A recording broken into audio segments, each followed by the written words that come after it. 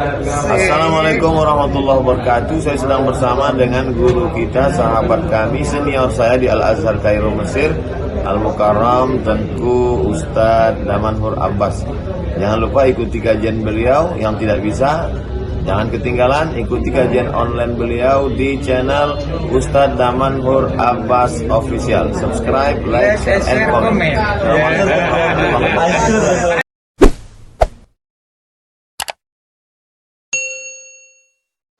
Assalamualaikum warahmatullahi wabarakatuh. Alhamdulillah binikmatihi tatimmu salihat wa bifadlihi tatanazzalul barakat. Asyhadu an la ilaha illallah lahu da'watul haqq. Harisun 'alaiha wa awjaba tabshiri biha wal takum minkum ummatun yad'una ilal khair wa ya'muruna bil ma'ruf wa yanhauna 'anil munkar wa ulaika humul muflihun. Wa asyhadu anna Muhammadan 'abduhu wa rasuluhu بلغ الرسالة وأدى الأمانة ونصح الأمة وكشف الغمة حتى آتانا اليقين ليلها كنهارها لا يزيغ عنها إلا هالك.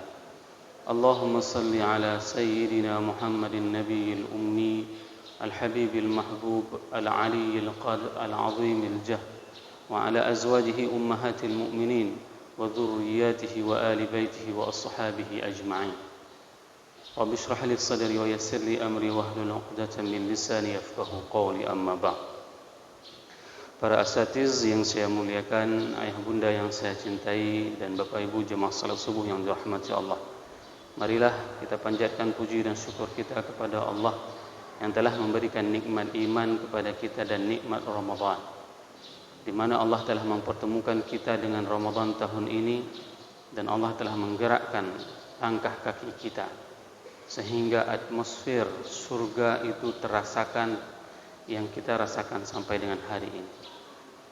Inilah yang dinamakan dengan pada saat Rasul sallallahu alaihi wasallam bersabda, laqad ja'akum syahrul ramadan, bahwasanya telah datang kepada kalian bulan Ramadan, di mana bulan tersebut adalah tuftahu abwabul jannah, Allah membuka pintu surga mulai dari pertama Ramadan sampai dengan 30 Ramadan. Pintu surga itu terbuka sehingga atmosfer surga itu tercurahkan di dalam masjid ini. Mungkin subuh-subuh di luar Ramadan kita tidak akan pernah menemukan jamaah seramai ini. Mudah-mudahan atmosfer surga, hawa surga tersebut itu tidak akan menghilang di masjid ini. Karena pada biasanya pada saat awal-awal Ramadan itu masjid akan sesak dipenuhi oleh jamaah semuanya. Akan tetapi menjelang akhir Ramadan, maka atmosfer tersebut telah berpindah tempatnya, berpindah ke mal, berpindah ke pasar. Inilah sesuatu yang kita sangat khawatirkan. Pada saat kita tidak bisa merasakan lagi aroma surga di masjid, sehingga kita lebih tertarik untuk meramaikan tempat-tempat hiburan, tempat-tempat keramaian yang lainnya. Salawat dan salam mari sama-sama kita panjatkan kepada junjungan kita Nabi besar Muhammad sallallahu alaihi wasallam, di mana telah mengajarkan umat manusia dari alam jahiliyah ke alam yang penuh dengan ilmu pengetahuan. Kita tidak tahu bagaimana cara berpuasa kalau seandainya Allah tidak pernah mengirim baginda Rasulullah sallallahu alaihi wasallam. Bayangkan salah seorang teman misioneris, beliau itu masuk Islam setelah sekian lama mempelajari Islam. Dan pada malam pertama beliau itu tidak bisa tidur malam. Dikarenakan apa? Dikarenakan membayangkan bagaimana mungkin bisa berpuasa, tahan lapar dan tahan segalanya satu hari penuh. Ini sesuatu yang sangat dikhawatirkan oleh orang-orang. Bahkan dalam ajaran agama mereka tidak pernah diajarkan untuk berpuasa seperti itu. Dalam ajaran agama-agama yang lain, mereka hanya berpuasa hanya beberapa jam saja.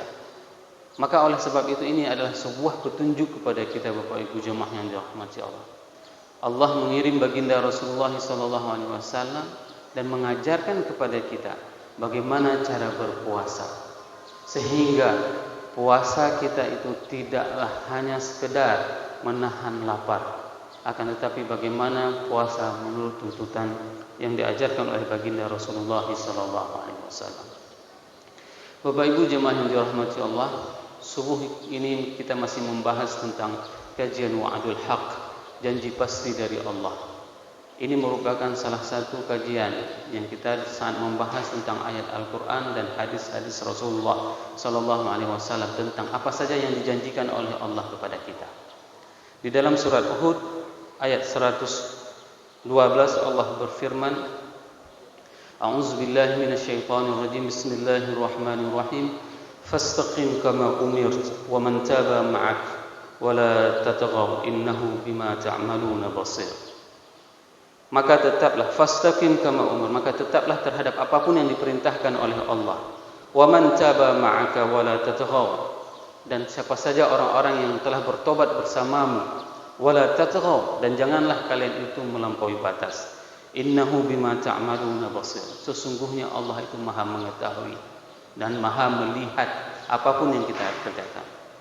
Ayat 112 ini mengajarkan kepada kita untuk istiqamah kepada Allah terhadap apapun yang diperintahkan oleh Allah kepada kita.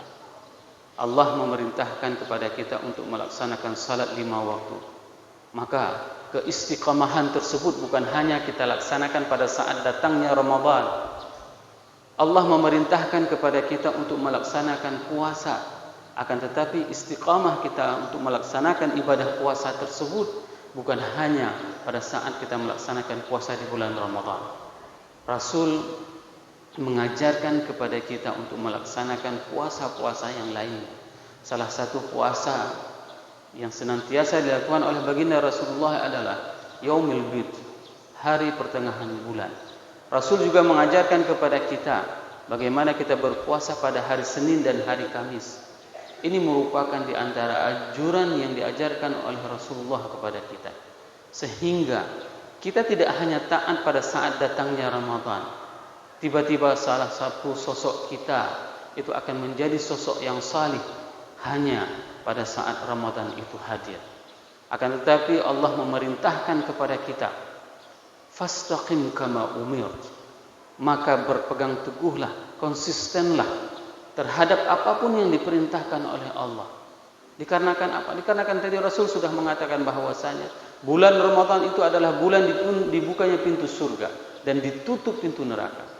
Terbukti hari ini, kalau seandainya kita melihat ada di antara anak-anak kita yang saat diajak untuk berbuka puasa, dia masih sangat enggan untuk berbuka puasa. Dikarenakan apa? Dia ingin menghidupkan Ramadan. Ini adalah salah satu spirit, semangat. Namun lihatlah, ada di antara jamaah juga, ada di antara umat Islam. Makin akhir puasa, makin ramai acara berbuka puasa bersama. Ini telah hilang semangat bahwasanya pintu surga itu telah masih dibuka. Bapak Ibu jemaah yang dirahmati Allah, innahu bima ta'maluna basir. Sesungguhnya Allah melihat segala aktivitas kita, langkah kaki kita menembusi pagi yang sangat dingin ini setelah diguyur hujan semalaman. Maka ini tidak akan pernah sia-sia Bapak Ibu jemaah yang dirahmati Allah. Langkah kaki kita yang kita ayunkan dari rumah untuk melaksanakan salat subuh berjamaah, dan kita mau berdiam diri beriktikaf di tempat yang penuh dengan keberkahan ini, tempat di mana dipenuhi oleh para malaikat. Malaikat menyaksikan keadaan kita. Inilah yang dinamakan oleh Rasulullah SAW dengan majelis, di mana majelis tersebut disamakan dengan majelis Raudhatun min Riyadil Jannah. Majelis di mana dinamakan dengan majelis taman surga. Kalaulah seandainya kita mempunyai prinsip bahwasanya aktivitas kita ini dipantau oleh Allah, maka kita tidak akan pernah mau untuk tidak melakukan kebaikan-kebaikan.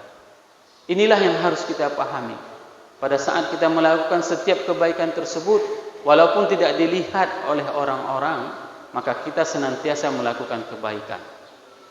Begitu juga pada saat kita tidak melakukan kemaksiatan, maka yang membuat kita termotivasi tersebut adalah ada rasa takut. Sehingga para salafus salih mereka mengatakan bahwasanya rasa takut itu adalah bukan pada saat seseorang itu menangis sampai dengan lembab matanya. Bukan itu rasa takut indikatornya.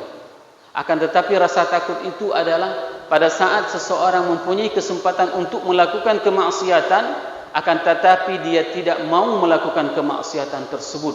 Ada rasa khawatir, ada rasa takut dia akan dibakar di dalam api neraka.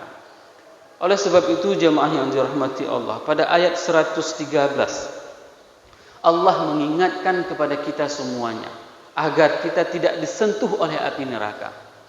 Ini merupakan salah satu peringatan yang pasti akan dialami oleh siapapun yang melanggar terhadap apapun yang diperintahkan oleh Allah. Allah berfirman, A'udzubillahi minasyaitonir rajim. Bismillahirrahmanirrahim. Wala tarkanu ilal ladzina zalamu fatamassakumun nar wama lakum min dunillahi min awliya thumma la tunsarun. Wala tarkanu ilal ladzina zalamu, dan janganlah kamu itu condong terhadap orang-orang yang menzalimi. Hari ini berapa banyak orang-orang yang bangga dengan pemimpin yang zalim. Hari ini berapa banyak orang-orang yang senantiasa mendukung pemimpin-pemimpin yang zalim. Hari ini berapa banyak orang-orang itu senantiasa senang terhadap pemimpin-pemimpin yang zalim. Padahal Al-Quran sudah mengingatkan kita semuanya. Wala tarkanu ilal ladzina zalamu, dan janganlah kamu itu condong. Condong itu apa? Tarkanu itu diungkapkan di dalam tafsir Mafatihul Ghaib halaman 58 sampai dengan 59 juz 18. Imam Fakhruddin Ar-Razi menjelaskan bahwasanya tarkanu itu adalah membuat hati kita itu menyukai seseorang tersebut yang melakukan kezaliman. Membuat hati kita itu condong kepada orang-orang yang melakukan kezaliman. Dikarenakan apa? Dikarenakan ada sekeping, ada sekerak dunia yang memang ingin diharapkan oleh manusia tersebut, sehingga dia mendukung orang-orang yang membuat kezaliman tersebut. Ini adalah peringatan keras dari Allah. Pada saat Allah memperingati kepada kita semuanya untuk tidak pernah menyukai orang yang berbuat kezaliman di atas muka bumi ini. Dan ini adalah perintah yang jelas. Wala tarkanu ilal ladzina zalamu fatamassakumun nar, maka kamu itu akan disentuhi oleh api neraka. Wa ma lakum min dunillahi min awliya thumma la tunsarun, maka tidak adalah orang yang dapat menolong kalian semuanya. Allah lah yang akan menolong kita. Lihatlah bagaimana pada saat Allah menolong ibunda Nabi Musa pada saat tahun pembantaian yang terjadi di Mesir. Fir'aun mengalami sebuah masa krisis pada saat dia mendapatkan sebuah mimpi dari ahli nujumnya mengatakan bahwasanya dia akan digulingkan kekuasaannya oleh salah seorang dari anak Bani Israel. Maka pada saat itu Fir'aun membuat sebuah peraturan. Siapa saja yang akan lahir dari anak Bani Israel maka dia akan dibunuh. Maka pada saat itu semua anak laki-laki yang lahir itu akan disembelih oleh Fir'aun, sehingga lahirlah Musa. Lahirlah Nabi Musa. Maka pada saat itu Allah memerintahkan kepada ibunda Musa untuk menghanyutkan anaknya. Bayangkan bagaimana kasih sayang seorang ibu terhadap anak. Adakah seorang ibu yang tega untuk menghanyutkan anaknya? Namun dikarenakan ibunda Musa mematuhi apa yang diperintahkan oleh Allah melalui ilham, maka dia menghanyutkan anaknya. Diletakkannya di dalam box, dalam keranjang, dan dihanyutkannya di sungai Nil, sehingga Nabi Musa terhantarkan ke dalam istana Fir'aun. Pada saat berada di dalam istana Fir'aun, tidak ada satu orang ibu pun yang bisa menyusui Musa, sehingga dibuatlah sebuah pengumuman untuk bisa menyusui Musa tersebut. Maka Musa akan kembali kepada ibundanya. Ini adalah konsekuensi Bapak Ibu jemaah yang dirahmati Allah. Pada saat kita mematuhi apapun yang diperintahkan oleh Allah, maka kita itu akan dijaga oleh Allah. Maka kita akan dipelihara oleh Allah, sebagaimana Allah memelihara Musa pada saat Musa dihanyutkan. Begitu juga sebagaimana Allah memelihara Musa pada saat Nabi Musa dikejar oleh tentara Fir'aun. Laut Merah yang begitu luas, kita memerlukan waktu 2 hari 2 malam untuk menyeberangi Laut Merah. Bayangkan perjalanan yang dikejar oleh tentara Fir'aun, dan itu digambarkan di dalam Al-Quran, wa inna lamudrakun. Orang-orang tentara Musa, kaum Nabi Musa itu pada saat melihat tentara Fir'aun di belakang mereka, mereka mengatakan wa inna lamudrakun, maka kita sungguh akan dikejar oleh tentara Fir'aun. Maka pada saat itu Nabi Musa mengatakan kepada kaumnya, sungguh tidak. Sungguh tidak. Dikarenakan apa? Dikarenakan bersamaku ada Tuhan. Inilah prinsip yang memang harus kita pahami bersama, yang harus kita azamkan bersama, yang harus kita tanamkan di dalam jiwa kita, bahwasanya jangan pernah sekalipun kita bermaksiat kepada Allah. Pada saat kita bermaksiat kepada Allah, pada saat kita condong kepada, suka kepada, dan bangga terhadap orang-orang yang melakukan kezaliman tersebut, fatamassakumun nar, maka pada saat itu kita akan dibakar dalam api neraka. Ini merupakan pelajaran penting kepada kita hari ini, di mana kita hidup di akhir zaman, di mana kita mengalami masa-masa fitnah akhir zaman. Pada saat kita diberikan pemimpin, maka Allah menguji kita, kehidupan kita dengan pemimpin yang tidak adil. Kalau seandainya keadaan seperti ini terjadi kepada kita, maka ingatlah ayat tersebut. Ingatlah ayat Hud 113. Jangan pernah menyukai, jangan pernah mendukung, jangan pernah untuk bangga terhadap orang-orang yang berbuat kezaliman di atas muka bumi. Kenapa demikian? Dikarenakan akhir daripada kehidupan mereka itu sudah dijelaskan di dalam Al-Quran. Tidak ada satu orang pun di antara orang-orang yang berbuat kezaliman tersebut kehidupan mereka itu adalah kehidupan yang bahagia. Lihatlah bagaimana dengan kehidupan Abu Lahab, bagaimana dengan kehidupan Abu Jahal. Mereka adalah orang-orang yang mempunyai martabat dan derajat di antara orang-orang kafir di Mekah. Namun bagaimana kehidupannya? Sehebat apapun derajat kehidupan mereka, akan tetapi pada saat mereka tidak beriman kepada Allah dan kepada Rasul, maka akhir hayat mereka itu akan sangat hina dan hina. Dan lihatlah bagaimana kehidupan Abu Sufyan. Abu Sufyan itu adalah orang yang sempat beriman kepada Allah, dan dia tempat taubat kepada Allah dan Rasulnya. Maka kehidupannya itu sangat-sangatlah hebat dan luar biasa. Padahal dulu Abu Sufyan itu adalah terkenal orang yang memerangi Islam, orang yang memerangi Rasulullah SAW.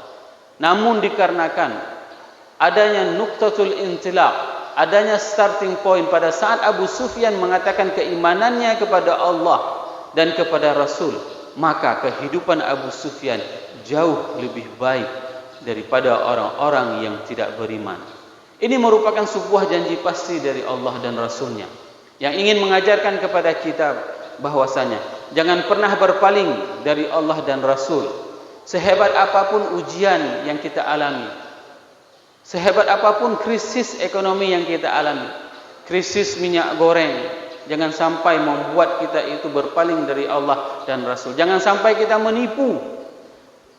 Krisis apapun yang kita alami, krisis ekonomi, krisis kepemimpinan, krisis apapun yang kita alami, maka jangan pernah kita untuk berpaling kepada Allah dan kepada Rasul. Karena pada saat seseorang itu berpaling, maka dia akan jauh dan akan ditinggalkan dari konsep kesuksesan. Dan pada ayat 114 Allah berfirman, wa aqimus shalah tarafin nahari wa zulafan minal lail innal hasanati yudhibnas sayyi'at dzalika dzikra lidzakirin. Allah di sini memerintahkan kepada kita semuanya.